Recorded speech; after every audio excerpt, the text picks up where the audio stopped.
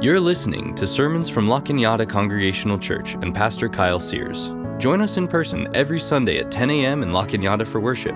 You can find more information about our church online at lacañadachurch.org.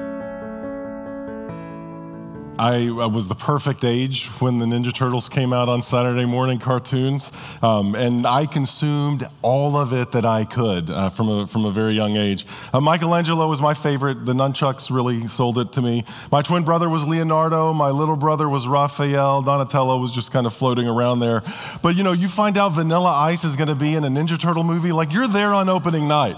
And so when I found that the origin story was actually an homage to Daredevil's origin story, I got even more connected to the Ninja Turtles. You're going to have to see me after church if you want a breakdown of how that goes. But there's maybe one other story as ubiquitous as the Ninja Turtles that is also about someone who's been rejected by society who becomes a hero and who changes our understanding of what it means to be a hero, and that's the story of the Good Samaritan. This sermon basically wrote itself for me, and so I'm excited to be able to share it with you. This is Luke chapter 10, verses 30 through 37.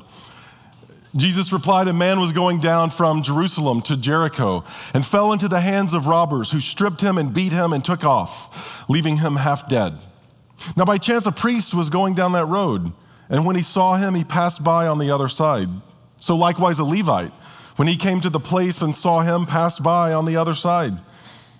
But a Samaritan, while traveling, came upon him, and when he saw him, he was moved with compassion. He went to him and bandaged his wounds, treating them with oil and wine. And then he put him on his own animal and brought him to an inn and took care of him. The next day he took out 2 denarii and gave them to the innkeeper and said, 'Take care of him, and when I come back, I will repay you whatever more you spend.' Now, which of these 3 do you think was a neighbor to the man who fell into the hands of the robbers?" And the scribe said to him, "The one who showed him mercy." And Jesus said to him, "Go and do likewise."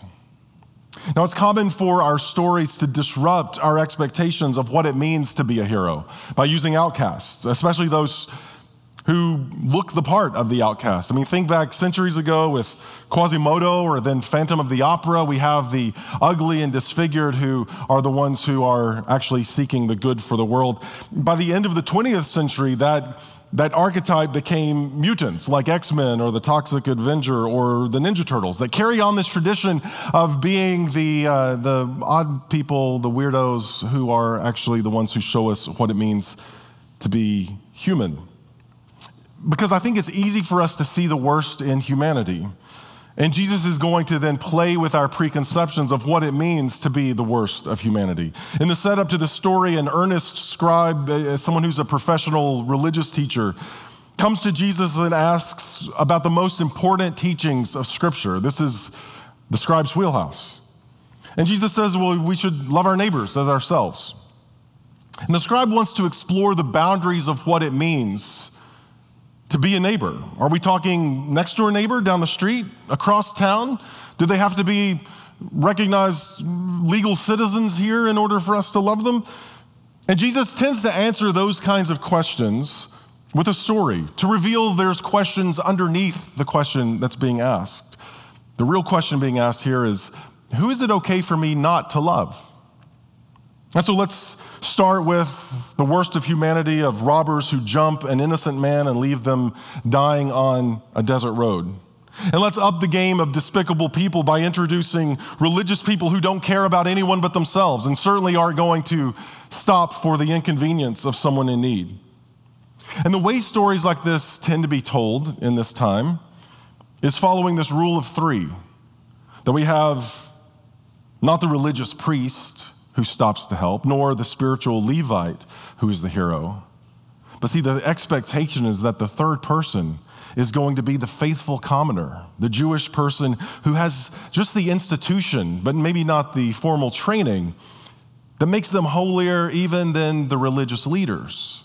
It is one of us that's going to stop and do the right thing. And so the Samaritan is a swerve. As random in this story as putting the words like Teenage Mutant Ninja Turtles together and calling that a thing. In our movie, Splinter is the talking human rat and adoptive father of the turtles, and he knows what humanity can do to those who are different from the rest. And so he teaches the kids that it's best to make their home in the sewers, to sneak out at night and take whatever essentials they need, and for the most part remain hidden in shadows. I mean, can you imagine what stories would be told if 4 teenage turtles moved into the neighborhood? Pretty soon we'd be hearing how they're eating our cats and our dogs and the pets of the people who live there. That they threaten the very idea of family values, being raised by a non-turtle single father.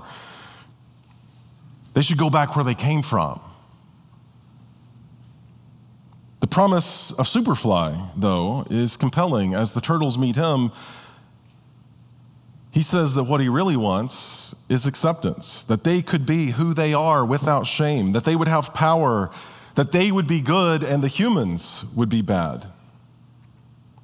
And yet what they find as these teenagers begin to interact with the world above them is that there's this heroic impulse in them to do what is right, even for those who would intend to do them harm. And so when they discover April's bike has been stolen, they help her to recover it. And because she is an outsider too, well, she's a little freaked out.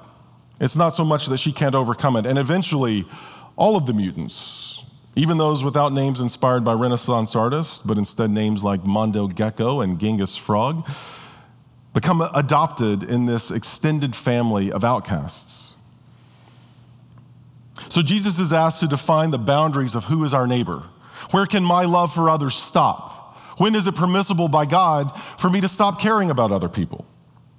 A terrible question, really. And so Jesus decides to answer it in a different way, not answering the question directly that the scribe may have, but instead asking a better question. Who acted like a neighbor for the person in need? What does it mean to be a hero? Only caring for those who can help you or support you or honor you isn't it. You see, in the minds of Jesus' audience, there is no such thing as a good Samaritan. The Samaritans had split from God's people long ago, took up different religious practices, and paid for it by their conquest. And as a result, their lineage was muddied by the invaders, making them at best distant cousins. But ethnically and religiously and in proximity to Jerusalem and the temple and the center of their religious life, the Samaritans were far-flung, living in no man's land. But those on the margins, whether they're mutants or Samaritans or racial or religious minorities, often have a better instinct about who and how to help, because they're the ones who know what it means to lie in the dirt. They're the ones who know what it means to see others pass them by in need. So Jesus' command to go and do likewise is an invitation to imagine ourselves in the place of the outsider, to put ourselves in the shoes of the Samaritan who knows what it means to be overlooked by the religious elite, so that when they see someone lying in the road, their instinct is to help. Even better, we are called to listen to those who have been excluded or impoverished or beaten and left for dead, so that we might know what we otherwise could never know. But often what moves us to begin with is the same thing that brings April and the Ninja Turtles together, this shared sense of the moments when we were excluded or mocked or rejected, when we found ourselves, for whatever reason, on the outside. And while our stories may not place us as far on the outside as others, we can still know what it means to be forgotten, unheard, desperate for something. Those times when we needed a neighbor or a hero to show up and we couldn't find one.